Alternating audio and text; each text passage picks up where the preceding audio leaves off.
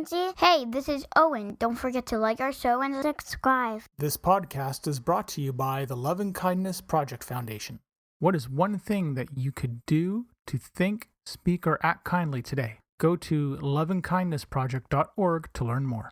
Before we begin this podcast, if you or someone you know is in crisis or needs emotional support, there are tools that can help. So get yourself a pen and paper or open a note-taking app on your phone or computer. Feel free to pause this episode while you get yourself ready. The episode starts at 1 minute and 6 seconds. You can call Talk Suicide Canada at 1-833-456-4566. You can text 45645, which is coming in the fall of 2023. In Canada, you can also call 988, the Kids Help Phone at 1-800-668-6868. The Trans Lifeline in Canada is 1-877-330-6366. And in the United States, 1-877-565-8860, or call 911. You are not alone, and you do not have to be alone. I would like to honor and recognize the traditional and unceded territories of the Katzie, Kwantlen, and Semiahmoo nations on whose territory I live, work, and play.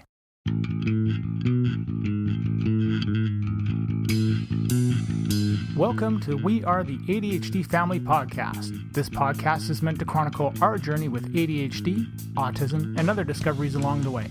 I reach out to advocates, experts, individuals, and other families that want to raise their voices and empower those on their journey. My name is Mark Smeets, and I am passionate about removing barriers for others through creating connections and building on strengths and practical problem solving. I am married to Siobhan, a parent to 2 wonderful kids, and all of us have ADHD. I want you to feel like you have power and hope. And now, into the episode. So the other day I was on the couch and I was listening to my AirPods. I went to get up, go do something else. Got distracted, went to do other things. I was about to go to bed and I realized, I should listen to such and such video, and I went to look for my AirPods. Couldn't find them. So as I began to look for the AirPods, I looked in the usual places like the fridge, the freezer, pants, the car, the kids' room. I seriously could not remember where I put them. I eventually found them the next day.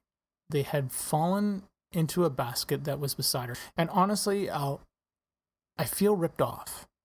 Why couldn't I have found them in the freezer or the oven or in the garbage? Why couldn't they have been in a place that was weird and unusual, not just in the basket? Hey everyone, I hope you're all doing fantastic and are looking forward to my conversation with Jeff. Just a quick programming note. Unfortunately, Jeff realized that he was late for a meeting when we were doing our recording, and we ended up having to cut our conversation short. But we're going to talk again because it was a heck of a lot of fun. It's not often that you hear 2 guys, talking about what scares them and, where we feel vulnerable. The entire conversation is going to be available if you're a subscriber. I do want to quickly note that this is going to be my first content warning. Both our kids' journeys into the world wasn't easy. And if you want to skip over that section, just go to 13 minutes or so, and you'll have missed that part. My guest today is Jeff Borschowa, and Jeff and I met through a health podcast collective, and you've heard him on the previous episode that we were doing for our show. And I thought I'd just give a little brief overview of just kind of what's going on here, so Jeff knows and the audience sort of knows.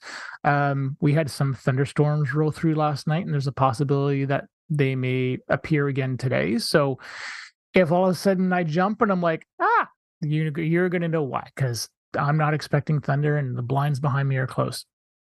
And also, Jeff introduced me to another, I'm just going to say, mutual friend / acquaintance, which was Stephanie Escoto, and we just recorded a podcast episode together, and that went super awesome. And that whole episode is centered all around creativity, and that was a heck of a lot of fun.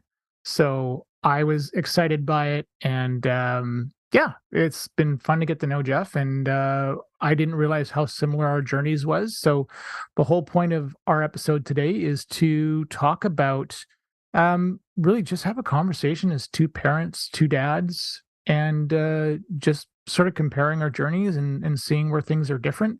And wherever this goes, this goes. So, Jeff, welcome to the show. Awesome. Well, Mark, thank you for having me, and I look forward to seeing. I know full well it's never going to go the direction we plan on, but I think we'll find the journey is fun, anyways. Oh, definitely.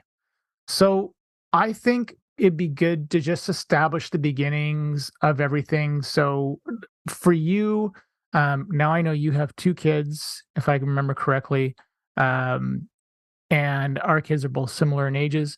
But when things started, like I want to go back just to the beginning before they were born or as they were born. Did was any of this on your radar as far as any of it goes? Absolutely not. And I think it's interesting because as my boys grow, I start to see more and more of me in them, and I guess honestly, I knew I was different. I just didn't know, I've never been formally diagnosed in terms of, I haven't sat down and completed diagnostics, but, I knew that I was different from other people. It honestly, we were just hoping for a, healthy baby, and, we wanted to get through the pregnancy, and, I guess we'll meet this little person when we meet them. um, it wasn't probably until our oldest was 4 or 5 that I started to realize, these odd characteristics I had were also in him as well. Mm, that's interesting. Was I'm curious because I know for our journey for the kids being born, the was your how do I'm trying to come up with a good way to phrase this.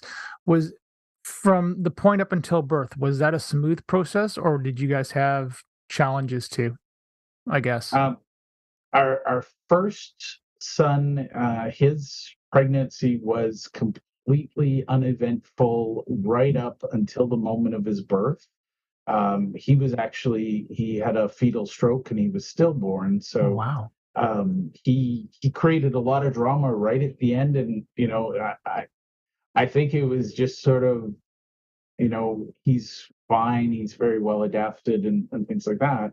Um, I think he saved it all, scared the hell out of us for a week, and then since then he's 14 now, and he's healthy and happy, and um, he's very, very resilient. He hasn't been sick a day in his life almost since birth, but Wow. you know, there were 3 minutes where the doctors called him and they were about to stop resuscitation. So, yeah, we had no idea. And then our second child's, um, his was a very odd pregnancy. The doctors misdiagnosed a lot of things. They actually wanted us to terminate the pregnancy, and we decided that we couldn't and wouldn't. It was just there's a whole bunch of different things, and the irony is a lot of the testing could only be done after the fact, after Mhm. the point of no return, and we had to sort of accept that it is what it is. We'll deal Yeah. with whatever happens in the end, and happy to report that most of the things they were worried about never came to pass. Hmm. Very grateful that we were stubborn enough to fight for him, because the world would be a much worse place without him in it. So Yeah. Yeah. I know for me and us, like my wife and I, the journey for our son being born, like our daughter was our daughter was smooth. It was everything was sort of scheduled, and I mean, the first time you go through birth, you're not going to know. You don't know sort of what you're going to expect or whatnot, and the process of Owen being born was that was hard. We ended up nearly losing him twice. And I haven't mentioned this or done an episode or anything on this part of it. The first time was a misdiagnosed miscarriage. Um, and the second time was the emergency C-section, and we didn't realize the cord was wrapped around his neck. So that whole experience of it deeply changed everything, the way that I look at pregnancy and everything else. And to me, pregnancy is very much about women's health, and anybody who doesn't see it, just we need to do so much more. We did I just think Yeah. we're so behind in that regards. But I feel like you and I are pretty much on the same page as far as that goes.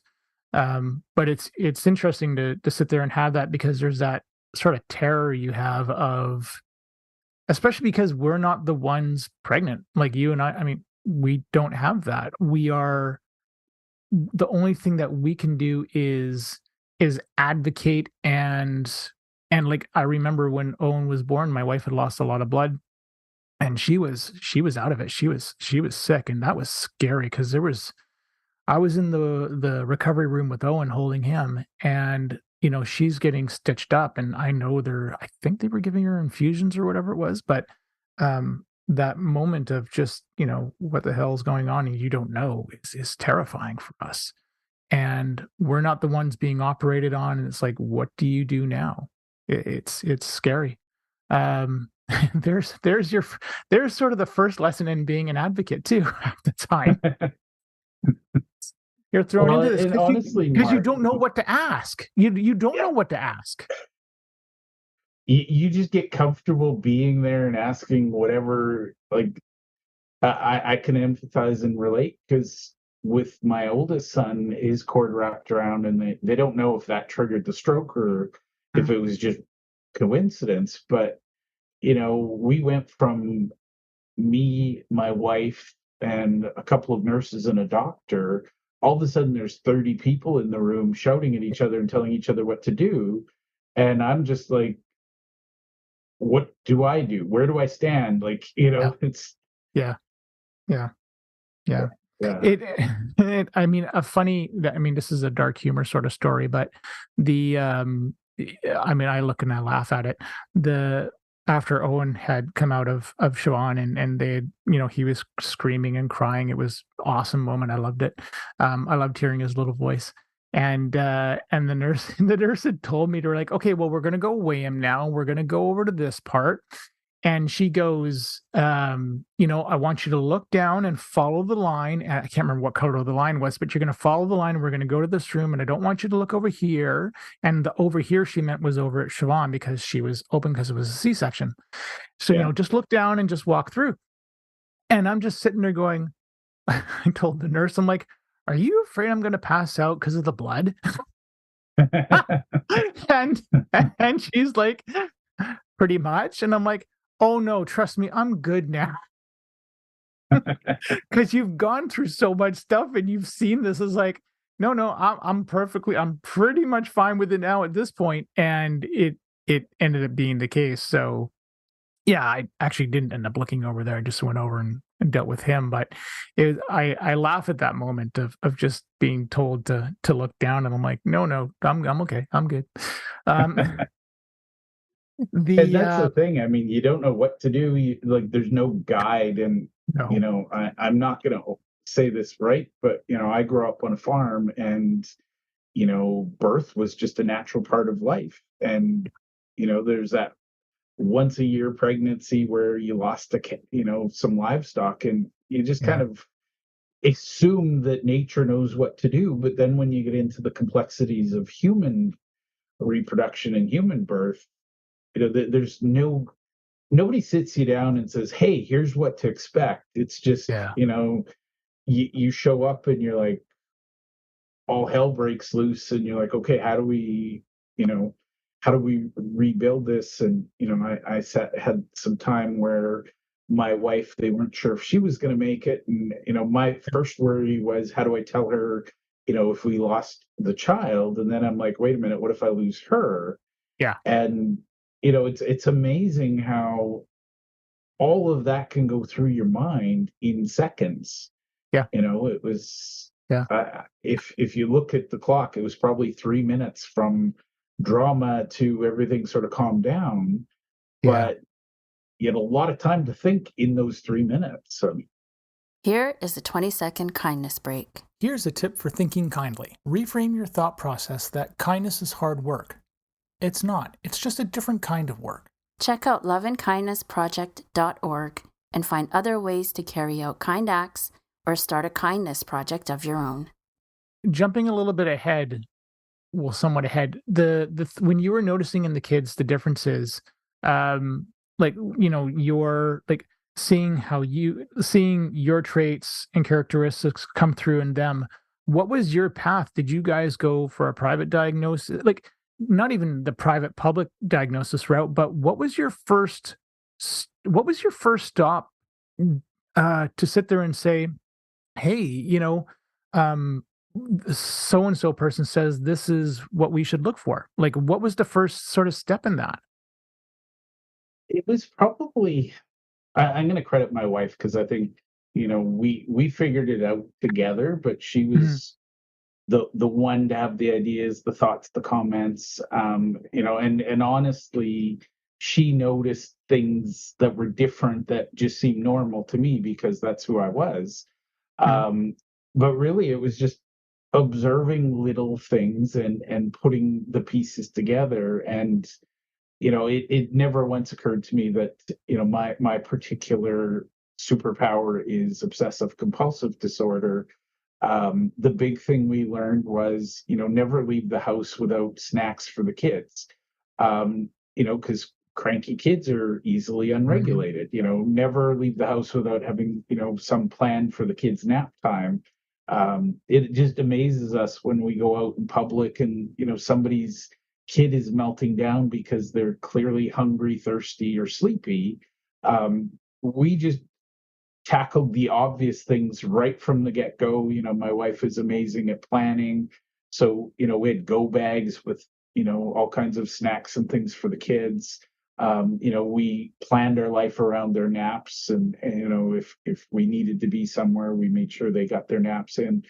But the biggest lesson for us was learning that the boys are more like me than we had anticipated. And by the way, it's kind of been a gift that I can translate the world for them. Mhm. But the biggest thing we realized is that our kids need structure and they need a plan. And so we never leave the house. And again, I'll credit my wife with this. We never leave the house without telling the kids, even when they were babies, here's what we're doing. Just don't freak out. But the big thing is we always give them, and by the way, this is probably good parenting just as a general lesson. Um, Kids with OCD don't change gears very well. So we always give them a heads up and say, hey, in 10 minutes, we're going to do this. And really, it was just observation that when you say to, when my oldest was 4, we'd say, come on, let's go, we're leaving. And he'd dig in his heels. And, you've not met someone more stubborn than a 4-year-old with OCD being dragged away from whatever he was doing. Um, and what we realized was there was this pattern, and that's where I think I came in. I'm really good at spotting patterns. My wife was really good at spotting solutions. And we Mhm. just recognized that as long as we give them that heads up, hey, Mark, we're going to leave in 10 minutes, Yeah. um, magically, a lot of the difficulties went away. Hmm. So Funny. we never actually, and this is something now we're dealing with.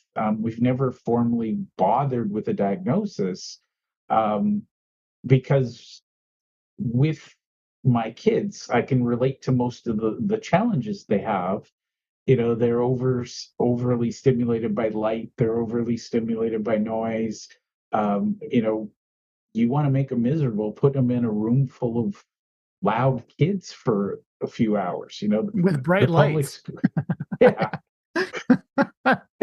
And just for fun, every now and then ring a big loud bell. It's kind of what we realized was that elementary school was designed to drive my boys to that Yeah. point of triggering, and really just I've learned over the years, here's some things that worked for me.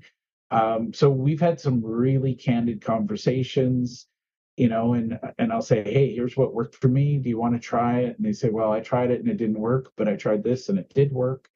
And the interesting thing is they're like me, but they are not exactly like me. So we've adapted different strategies for my oldest that work for him, different strategies. And, my youngest, we have two things that work well. He needs earplugs when he's at school just to down the noise. But the other thing is, once a month at least, he's got to have a day where he doesn't go to school. Mm. So we're just learning as we go. And, I think it's just, we're lucky enough that we can communicate well with the kids. I speak their language because, Yeah. whenever something triggers them, we give it a label. We call it something. My oldest has a thing with germs, and, as a family, when he says I've got the heebie-jeebies, we know to back off. So Yeah. it's just having labels. Yeah. Well, and I mean the nice thing about having the labels and the names to call something, or at least to attempt to call something what it is that number one, you're calling it what it is, but you're also validating. And that is, I mean, those two things are, I think those two things are hugely powerful. And it's interesting because the question that came into my mind when you were talking, oh, don't do this to me, brain, was there's the ADHD. As soon as I open my mouth, there you go. Um, uh, Nope, I'm gonna come back to it. I know the question will come back, but it was cool. And it would have been a super interesting question, but I'll zero in on the other thought I had was the relationship between you and your wife, how you sort of had that pattern spotting side thing, she had the solution side down. When before the kids came along, is that how you guys were together? Or did is this part I know where I was going to go with this, and I'm going to write it down this time too. Um oh, it just left. Damn it. Anyways, sorry. But is that how you guys were before this, or is that something that happened as you went along? Parenting advice, that's what it was. Now I remember what the thought was. Every single time that I get asked, do you have any advice for a new parent or something like that? Typically I say no. like don't read the books. They're just wrong. Yeah. Yeah, I know we figure like you said, figure things out as you go sort of thing, but there's no there love your kid. Like love your kid, learn and let them be the path that is going to make you guys like a stronger bond more than anything else. Um, but that was the thing I was gonna bring up was about that one. When people offer that parenting advice and it drives me nuts. Or read this book or read What to Expect When You're Expecting. I'm like, I'm gonna use that as far. What are you kidding? Um, the So, like, were you and your wife's relationship, were you guys like this before the kids came along, or did this develop during that time? I'm going to give you a weird answer, and I'm going to say both. The short answer is my wife has always been the planner, and I've always been the guy who figures out what happens when the plan doesn't work. So I'm more the adapter. And we both have different strengths, but for the first couple of years, I'm going to be honest, if it was left up to me, I'd be out and the kid would be hungry and I'd be like, oh, what can we get at Walmart or something? I'm not that organized. I forget the diaper bag at home, and I've more than once had to go buy diapers while I was out because the baby needed to be changed. Um, but the reality is, and back to your point about parenting advice, um, I don't give advice because all I could say is my kids are the most fascinating subject on the planet to me. And so I've spent all this time studying them. And, we joked when our first was born and when our second was born that, they didn't read the books, so they didn't know how they're supposed to behave. So why would we read the There's a book book. exactly.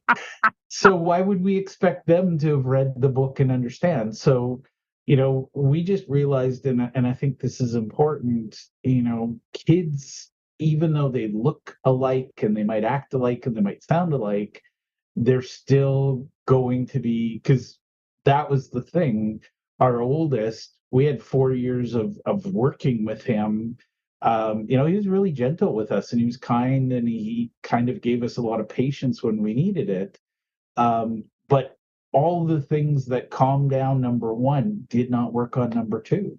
All the favorite TV shows, nope, he doesn't like that. The favorite toys, they were and frustrating because they looked alike, they sounded alike, but man, they were at the heart very different. And it was just one of those things we kind of early on we just let go and said, we started from a place, both of them, we were so grateful to have them.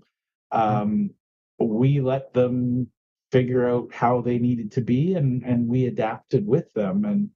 And I'd like to say we have a really, really good relationship where we've talked things through. Even, our boys didn't have tantrums like many other kids. Again, if there was a triggering moment, it was just up to us to be detectives and say, okay, remove hunger. Okay, done. Remove thirst. Done. Okay, let's have a nap. Okay, what else is there? It's just, but that's my big advice is just be curious about your kids and find out what they need, because one way or another they're hardwired to tell us what they need. We just need to be listening and advocating.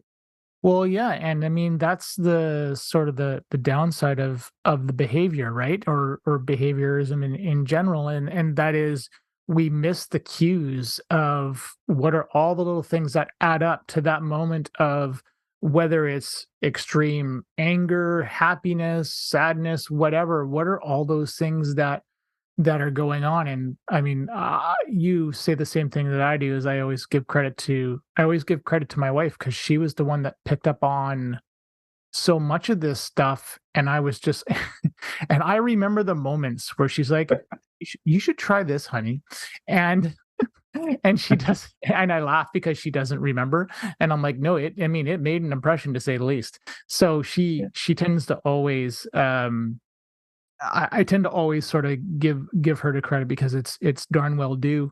And I just know for us, it was it was interesting because I think the way that it, like after the hospital and everything happened that did, I thought, okay, that's the worst of it. Our son's born and we're gonna start life and figure things out. And Yeah. well, no, then other things started to happen. You don't realize that things are connected not until later. And Yeah. so I know I have said this before, especially on the podcast, but I'm forever grateful to our speech pathologist who we were seeing at the time when Owen was 4, and it was just like she spotted all these things and that was the answer right there. It's like, oh, and that started the more research side of things. And there was never so much a case of denial for us, but it's more like this is explaining what we're going through. This is what it is.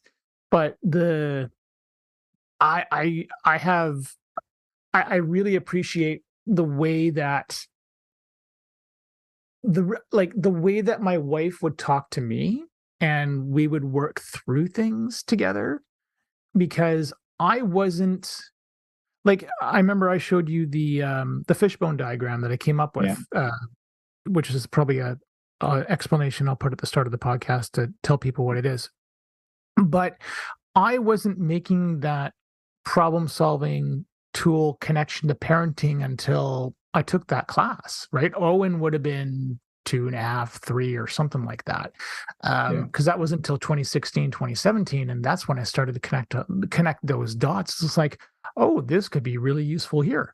But that's where the solution part of me really kicked in. And as soon as Siobhan would say something, then my mind began to fracture off into the myriad of possibilities it could be. And then you just start working through it. The hard part was that she just can't keep up with my brain. Yeah. And that is where a lot of what I do, a lot of the talking and stuff, it's like, okay, you need to slow down and take a minute. And yeah, I think it was a cool process that way, because you begin to realize that you're helping your kid in the way that is natural sort of to you, and you're exploring that curiosity comes through as it's natural to you, just like you guys did. We did a very similar thing. It sounds like it doesn't sound that different, honestly. One thing I want to point out for those who haven't watched our other conversations is, you and I both had skill sets in our job that we were really good at. And Yeah. I'm a coach. So one of the things I'm looking for is, behavior reaction. I'm always looking and reading people. And it was just one day I was like, I had this hat that, here's Jeff the dad. And then, okay, here's Jeff the coach. And one day I had this moment of, what if I was just Jeff? And Mm. I started coaching my kids, and I started applying the lessons I've learned from my kids into my coaching.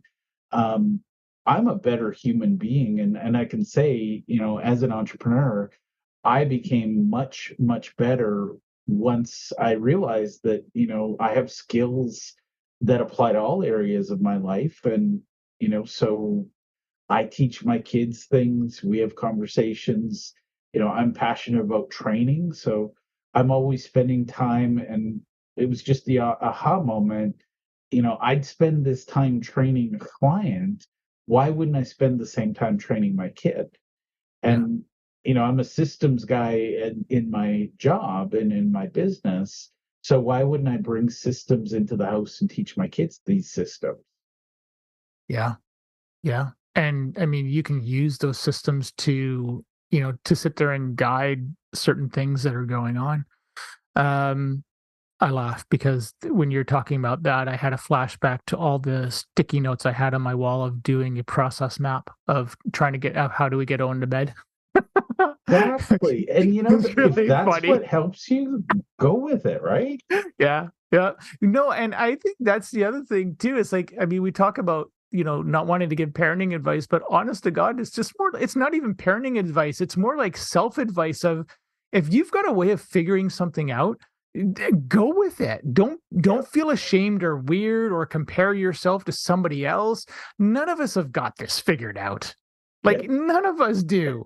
Um The funny thing, Mark, is I don't solve anything in my professional life without a whiteboard.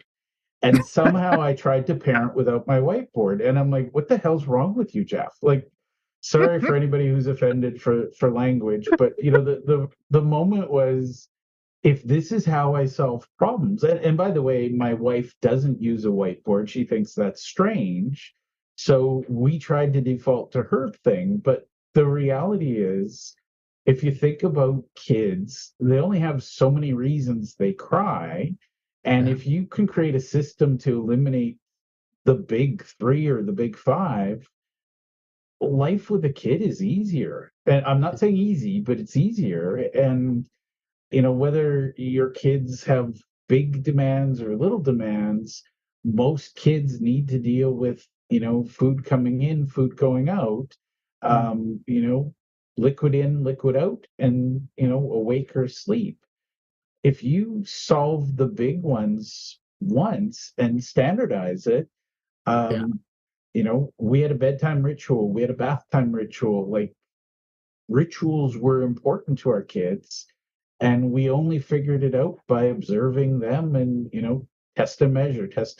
So Well, and I think the ritual thing is interesting because, people would tell us, all the advice that we got was like, "Oh, why don't you give him a bath with this calming stuff beforehand?" And I'm like, "It doesn't work." Yeah. The He didn't ritual read the of memo. no, he doesn't. He didn't read the memo, and it's like when we got advice like that, that's when we're just like, we were getting sick of it, and Yeah. because it's just everywhere.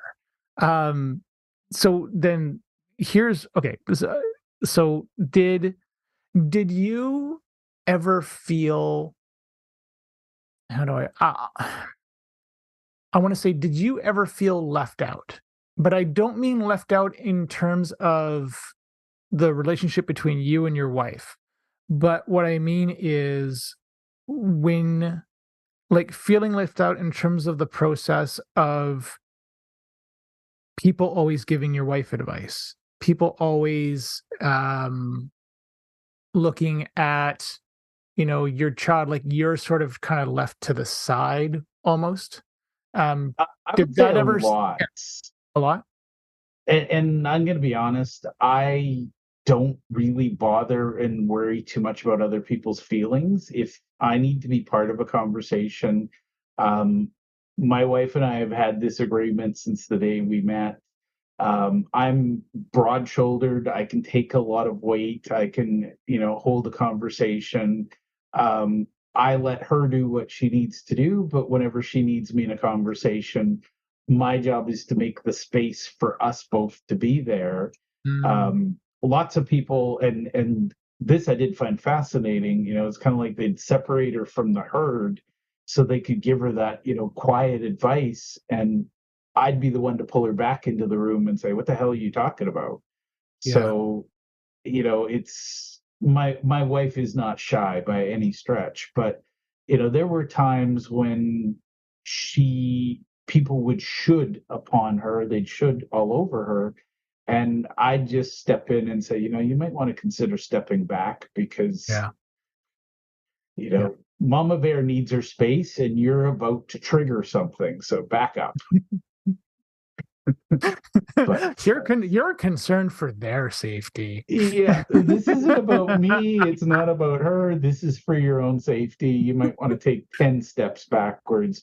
And, yeah, a But lot of people like to give advice that's unsolicited. And that would be my one big piece of advice is ask don't. somebody if they want your advice before you offer it, because, Yeah. especially when you deal with pregnancy and postpartum, that advice might be returned up your backside with a shoe. So just Yep. Yeah. think So carefully how important it is to give that advice. that the thing that you said about, like, your role is to make that space, for you guys. Was that something that was there pre-kids, or was that something that developed through the kids? It's something we've definitely consciously cultivated since we've had kids, but Mm. it was always there. I am a huge advocate and supporter for my wife in any way, shape, or form. So anybody who makes her life difficult, they get to deal with me. And that's just our partnership. And by the way, trust me, she can handle her own. It's just every now and then somebody needs to hear a little louder voice saying back up. But that's the thing with my kids. I've known from day one, they're helpless, they're small. Nobody's going to advocate for them unless I do. Yeah. So I owe it to them to be as big as they need me to be to protect them and to Yeah. advocate for them. So Yeah, it's nuts. I think this having that space, and I don't think either you or I are not saying that we're trying to speak for our significant others or something like that. It's, I mean, number one, sort of figuring out where we fit in the process to begin yeah, with. Um, but exactly. number two, I think there's a difference in the distinction that you or I make versus someone who is trying to speak for that person that I think gets the bad sort of reputation, whereas we're trying to, amplify and let that person's voice be heard. Yeah. And I mean, with me and my wife, it bugs it bugs her because I will sort of try and do that kind of thing. Like, are you sure this is what you want to do? Because I'm going to sit there and open my mouth, and then what happens when I do that, honey, is that you're probably going to get what you want, which is fine. But I sometimes do struggle to be subtle. Yeah. No, Well, and honestly, Mark, I'm we working have on it. signals for that. What's that? We have signals. I always joke, do you need the nudge or do you need the nuclear option? Because I got both. Yeah, pretty much. Whereas I And don't know. she lets me know when she wants the nuclear option, and we reserve that for the worst case scenarios. But yeah. Hey there, it's just Mark now. Unfortunately, Jeff had to cut our conversation short as he realized he was late for a meeting, but we are going to chat again at some point. I hope you enjoyed the conversation as much as Jeff and I did. When I was editing this, I was still chuckling to myself. But this was a great parenting conversation, and it's fun to dig into other people's origins to see how it aligns with your own. So wherever you are, be safe, be awesome, keep on being you, and remember, you are enough. And just so you know, there's a little extra conversation that you can listen to if you're a subscriber, and it ends with a really funny story about the moment that Jeff and I both realized that we've arrived as parents. Thank you for listening to our show. If you're hearing this message, you've reached the end of the episode, and for that, I want to say thank you. I hope you have enjoyed what you've heard and are walking away with newfound knowledge. We are the ADHD family. See you soon for a new episode. I have 3 things to ask of you. Number 1, if you have any comments, questions, or guest ideas, please leave a comment on the Facebook page. Number 2, please leave us a review on Apple Podcasts or Spotify. It helps people find us. And number 3, if you want to be a guest on the show or know someone who would make a great guest, contact me through our Facebook page. This podcast is open to everyone. You don't need to be an expert, just passionate and want to see change. The opinions expressed by the host and guest are not associated with any employer or organization unless otherwise stated.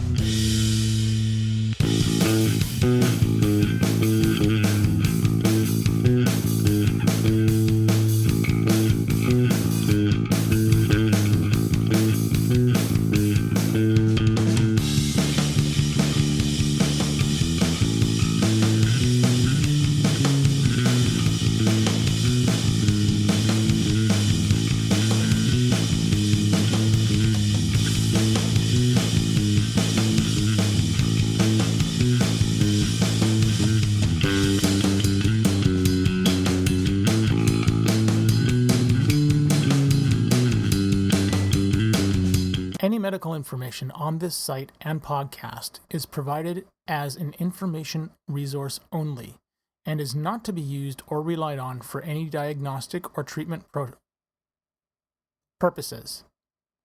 This information does not create any patient-physician relationship and should not be used as a substitute for a professional diagnosis and treatment. Please consult your healthcare provider before making any healthcare decisions or guidance about a specific medical condition. The show, host, and its guests expressly disclaim responsibility and shall have no liability for any damages, loss, injury, or liability whatsoever suffered as a result of your reliance on the information contained in this site or show. By visiting this site and listening to this show, you agree to the terms and conditions, which may from time to time change or be supplemented by the show host.